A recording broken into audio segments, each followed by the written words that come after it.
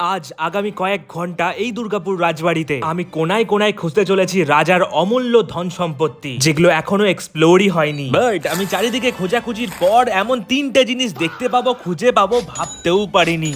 হাঞ্জি, এটাই হলো দুর্গাপুর রাজবাড়ি। তার পাশেই আছে রাজ দুর্গা মন্দির। আশেপাশে চোখ ফেরালেই সুনসান মাঠ, কোথাও দরজা বন্ধ, কোথাও আবার পুরানা যুগের বাড়ি। রাজবাড়ি জুড়েই আশেপাশে অনেক জমি জায়গা রয়েছে, তার মাঝখানে খুঁজতে খুঁজতে দেখা পাওয়া গেল একটা পুরানা যুগের বাড়ি। বর্তমানে এখানে কেউ থাকে না, সুনসান, নিস্তব্ধ। রাজার বাড়ি থেকে পায়ে হাঁটা কিছুটা দূরে ভেতরে ঢুকে উকি মারতে চোখে পড়লো এমন দৃশ্য। ফাঁকা, কিন্তু প্রেমিক মানুষের জন্য জান্নাত। এদিকে ঘরের দরজায় তালা দেওয়া, মন বলছে আরো কিছু খুঁজে পেতে পারি। তখনই পাশ ফিরতে কি যেন একটা চোখে পড়লো।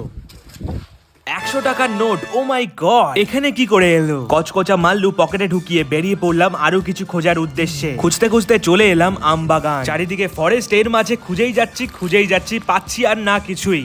দিমাগটা আমার খারাপ হচ্ছে, তখনই হুদিস পেলাম, এটা কি সোনার কয়েন? দিমাগটা আমার খারাপ হয়ে যাবে, দূর থেকে মনে হচ্ছে সোনার কয়েন, বাট 10 টাকার কয়েন। তোমার কি মনে হয় এই রাজবাড়িতে আরো গুপ্ত সম্পত্তি লুকিয়ে আছে?